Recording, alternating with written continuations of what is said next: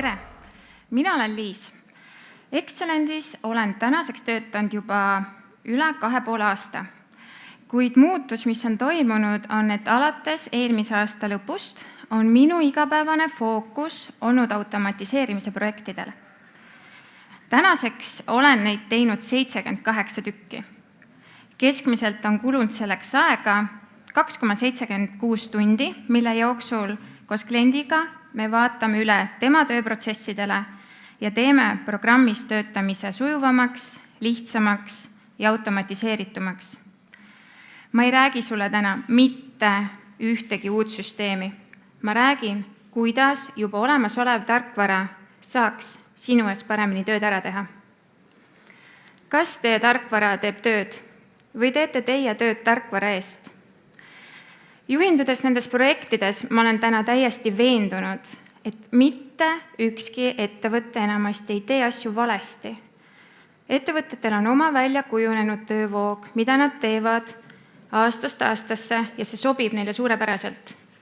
Aga sinna töövoogu tekivad tegevused, mida inimesed teevad iga kuu, iga päev käsitsi. Kui me vaatame väga lihtsustatud ostuarvete teekonda, minuni jõuab PDF-fail, ma sisestan selle tarkvarasse, lähen panka, keegi kinnitab, sisestan makse, see kinnitatakse ära ja siis ma lähen tagasi tarkvarasse ja sisestan selle tasumiste registrisse. See ei ole üks tegevus, mida ma tegin praegu käsitsi. Need on korduvad tegevused, mis iga kuu kuhjuvad. Ja kõige kriitilisem koht on see, et me mitte keegi neid ei mõõda.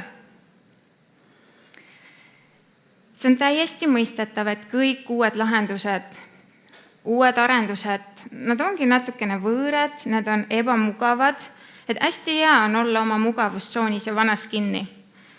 Aga kui me mõtleme nüüd ajas natuke tagasi, siis kui äritarkvara ei olnud veel üldse nii laialdaselt kasutusel, tehti raamatupidamist meil kahekordse kirjeldamisega, kaustades teekontodega. Mina ülikoolis igal juhul õppisin niimoodi.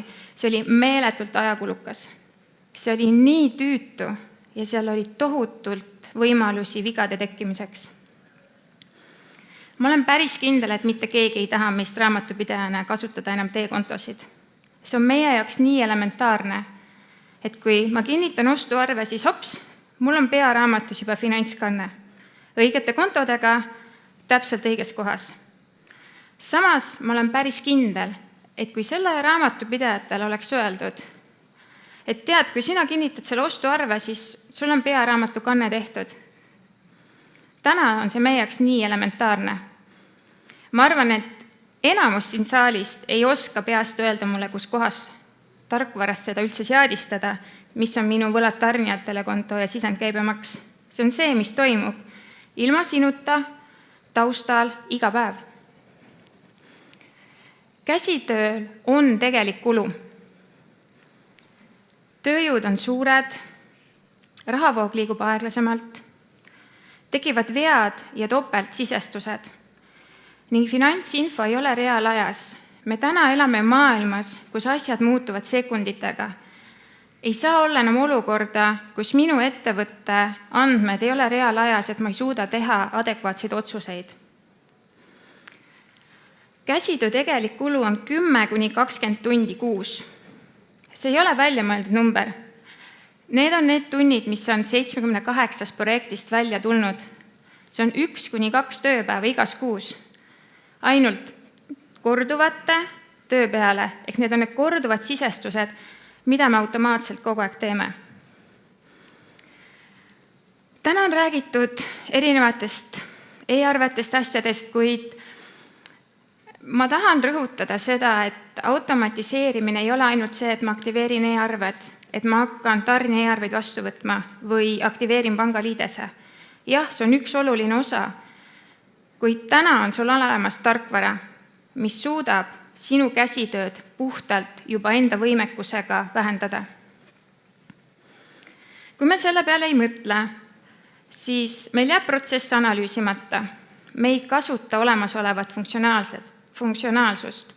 No tubli inimene teeb alati töö ära. Selles oleme me kõik veendunud. Töö saab ju alati tehtud. Aga probleem ei ole selles, et meil ei ole lahendust. Täna minu praktika põhjal on probleem see, et see ei ole sisse lülitatud. Kui sa vaatad seda pilti, siin ei ole mitte midagi uut. See on meil kodulehel, seda on ka näidatud erinevates ettekannetes. Siin on olemas kõik funktsionaalsused, mis on täna sinu tarkvaras olemas või ootavad aktiveerimist. Aga miks tehakse ikkagi käsitsi tööd kas programmis või Exceli tabelites? Mul hiljem on üks hea kliendi lugu selle kohta, kus tuleb enamus projektidest välja tulnud vastus sellele küsimusele. Saad ise ka seni mõelda, kui on midagi, mida sa teed täna käsitsi või Excelis, siis miks see nii on? Tarkvara ei saa sulle luua väärtust lihtsalt sellepärast, et on sul arvutis. Ta saab väärtust luua sulle alles siis, kui sa teadlikult oma protsessid ümber kujundad. Ehk ma võin päris julgelt siin täna väita, et tarkvaras ei ole probleem. Tõenäoliselt on probleem, kuidas mina seda kasutan.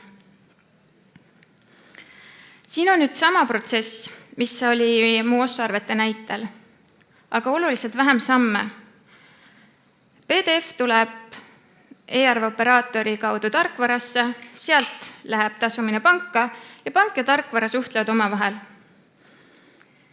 15 minutist saab 15 sekundit ja mul ei ole siin mitte ühtegi käsitsi sisestamist, rääkimata topeltsisestustest. Kui me nüüd teame, kuidas ettevõttest raha välja läheb, vaatame, kuidas see rahaga sisse tuleb. Müügiarvete teekond väga lihtsustatud kujul. Me alati koostame arve, edastame kliendile, igal arvel alati on tähtaeg ja siis me jääme laekumist ootama. Aga tegelik töö hakkab siis, kui arved ei laeku õigel ajal. Siis on vaja iga päev hakata tähtaega jälgima, koostada meeldetuletusi, arvutada viivist, saata viivisarved välja ja saldoteatised. See on see koht, kus minu praktika järgi tekib kõige enam käsitöötunde. Kõige kurvem on see, et see protsess toimub iga kuu, kuust kuusse. Siin on välja toodud täpselt sama teekond, aga siin on üks erinevus. Erinevus on selles, kes teeb selle töö ära. Antud juhul teeb selle ära programm. Arvete koostamine on tõenäoliselt ainuke koht, kus ma annan programmile sisendi. Kui minu ettevõte tegeleb teenustega või lepinguliste arvetega, siis see on ka automatiseeritav. Arved lähevad teele, arvete liik on tähtaeg ja siis on laekumine. Mina ei pea olema enam tähtajapolitsei. Programm peab selle üle valvet. Ja laekumine ei ole midagi enam, mida peaks kontrollima. See lihtsalt on. Ja need arved, mis ei laeku, see on ainult üks kord vaja teha seadistusprogrammis, et programm oskaks saata ise meeldetuletused. Ta on nii tark, et kui ma näiteks tahan, et 10. kuupäeval läheks teile siuke pehme meeldetuletus, et ole hea, maksa ära, võib-olla sa ei saanud arvet kätte. Okei, saadab teele. Kui klient ei reageeri, siis 17. programm automaatselt saadab juba tsipakese karmima meeldetuletuse. Ja kui ikka klient ei reageeri, siis lõpuks ta saadab siukse 3. tasemega, mis tõenäoliselt võib viidata, et mina sellega enam ei tegele, ma annan inkassole edasi. Ja see kõik toimub nii, et mina ei pea sekkuma. Kõik need arved, kes vahepeal mul siin laekusid, ma tahan, et iga kuu lõpp kell 10 lähevad viivisarved teele. Ma ei pea mõtlema, mis viivise protsent mul on kliendiga kokku lepitud. Mul on see info juba üks kord programmi sisestatud ja sellest piisab. Ning lõpuks saadab programm välja ka mul saldoteatised. Sest protsessis ei ole vaja üldse minu sekkumist. See ei toimu siis, kui see kellegile meelde tuleb või meelde tuletatakse. Need automaatsed taustatoimingud toimivad alati täpsel ajal ja täpselt siis ja nendel tingimustel, mis mina olen seadistanud. Analoogset taustal oma tööprogrammile üleandmist on võimalik kasutada ka teistes moodulites. Ütleme, et mul on 200 töötajat, ma kuu jooksul olen kõik andmed, mis minuni on jõudnud, ilusti programmi pannud. Siis kui jõuab kätte palgapäev, ma ei pea sellesse protsessi sekkuma. Programm suudab koostada kõikidele 200 töötajale palgaarvestuse kaardid, need kinnitada, koostada väljamakse-kaardid, kinnitada, saata panka.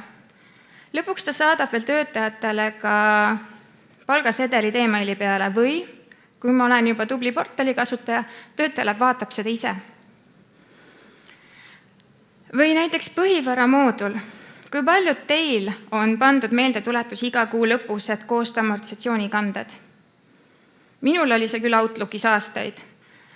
Aga kui ma olen ühe korra juba programmile öelnud, et see on minu põhivara, ma amortiseerin seda 20%-ga täpselt nii palju aastaid, siis iga kuu on see kanne minu jaoks tehtud. Ma ei pea endale panema eraldi meeldetuletusi, et oma tööülesandeid meeles pidama.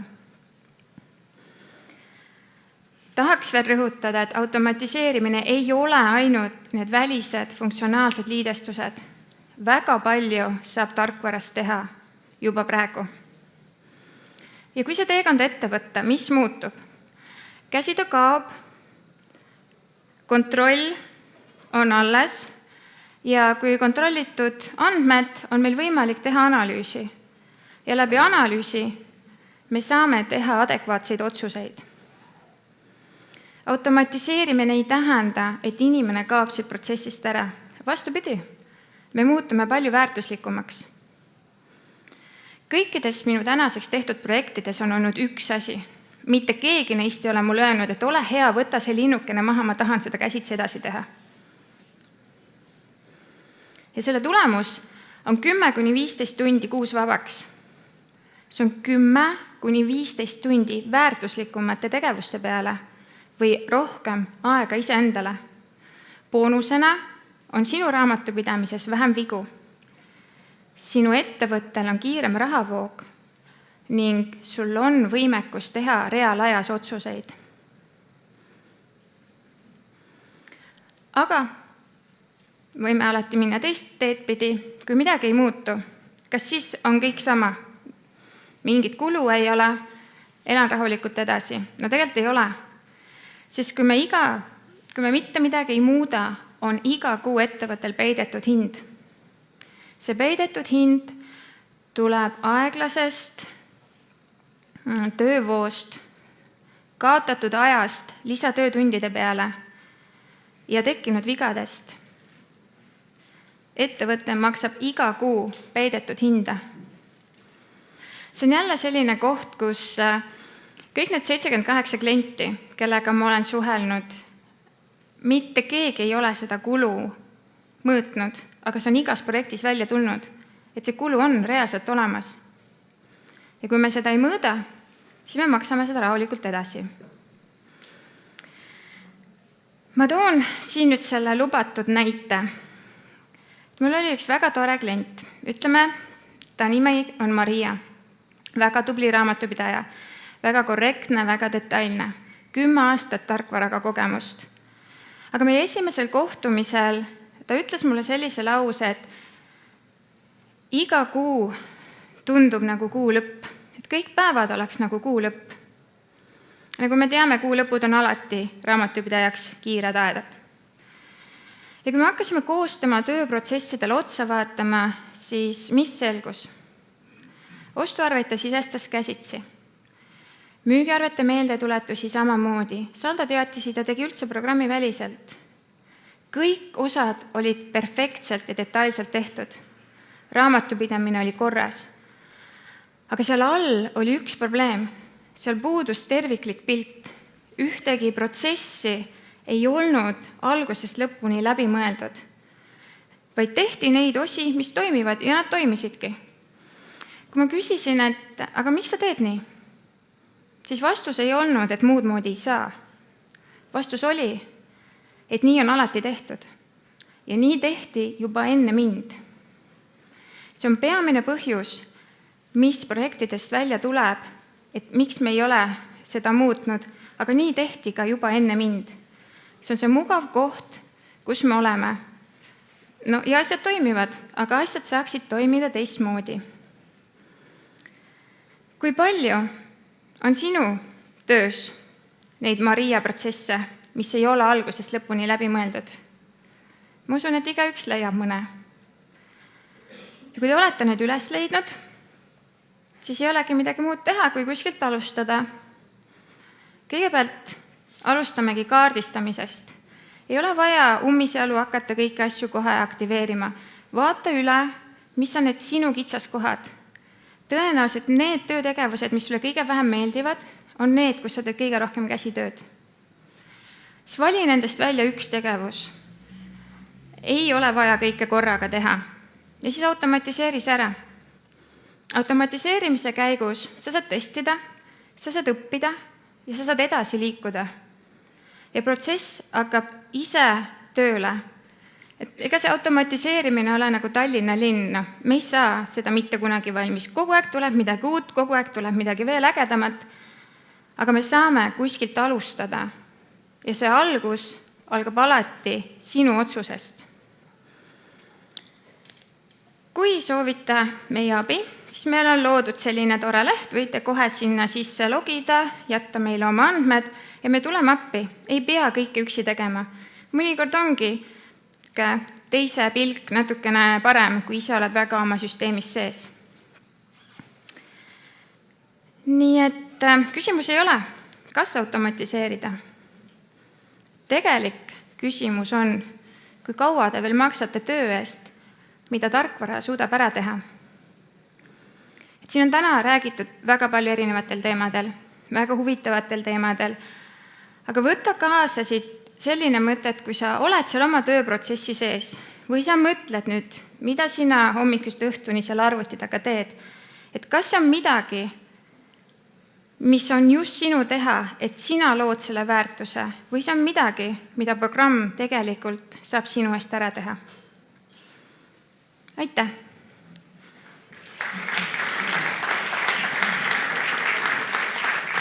Jaa, Liis, tahtsingi kohe hakata ütlema, et ära võta siin leiba käest, küsimusi on. Et ei ole siin küsimusi, ütle, et sa on. Ja natukene mõned on sellised filosoofilisemad, aga väga praktilisi ka. Kui peaks ühe lausega kokku võtma, võib-olla, et mis täna on suurim viga, mida ettevõtted teevad. Ülilihtne on öelda, et nad ei vaata üldse, eks ju, ei pööra sellele tähelepanu, aga reaalses maailmas ma arvan, et kõik ju kuidagi nagu mõtestavad seda, et kuidas me siin võiksime paremat tulemust kätte saada, kuidas olla tõhusamad ja efektiivsemad, eks ju. Ja mis selles kontekstis jäetakse enamasti nagu märkamata või tähelepanuta sinu kogemuse järgi? No tihti juhid vaatavad seda suurt pilti, neil on omad visioonid, kuhu liikuda, mida muuta paremaks, aga kui me nüüd lähme konkreetselt selle raamatupidaja juurde või näiteks selle logistika juurde, kes teeb neid tegevusi iga päev, siis juht tegelikult ei tea, ta ei peagi teadma, mis on täpselt tema sammud, kuidas ta asju teeb, kus see info sisse tuleb ja mis sellega edasi tuleb teha, et need sellised hästi detailidesse minemised ja rahulikult vaatamised, et see on see koht, mis jääb mõnikord märkamata. Ja siis päris nutikas küsimus, mulle endale tundub vähemalt, võib-olla sa ütled kohe, ei, mingit nutikust siin ei ole, aga et kas on mingid selliseid protsesse, mida ei tasu automatiseerida või mille puhul on hea, kui seal on olemas ikkagi ka mingi nagu konkreetselt inimese komponent? No samas ju kõik automatiseerimine algab inimese komponendist. Inimene peab ütlema programmile, mida millal teha. Et minu silmis kogu see automatiseerimise mõte on see, et mina ei tee neid korduvaid tegevusi, aga ma ju kontrollin. Ma ju vaatan, kas need saldoteatised läksid välja. Kui ei ole päris nii, nagu ma tahan, ma lähen alati, saan muuta seadistust, ma ei teha malli ilusamaks. Aga tuleks teha jah mõistlikult, et kõige korraga ei saa. Et kui on ettevõtteid, kus automatiseerime nüüd kõik 5 erineva inimese töövood ära, siis tegelikult seal tekib kaos, sest seal on vaja aega harjumiseks, seal on vaja aega testimiseks ja nii on. No, nüüd pannakse su teadmised ja kogemused kohe proovile. Mulle tundub, et siin on üks potentsiaalne klient, kes nagu mõtleb, ma ei tea, kui täpsed need numbrid on, mis ta praegu siin välja pakub küsimuses. Kui kaua võtab aega, circa 40 inimese ja 10-miljonilise aastakäibega ehitusettevõttel aastaaruande tegemine Standard Booksis?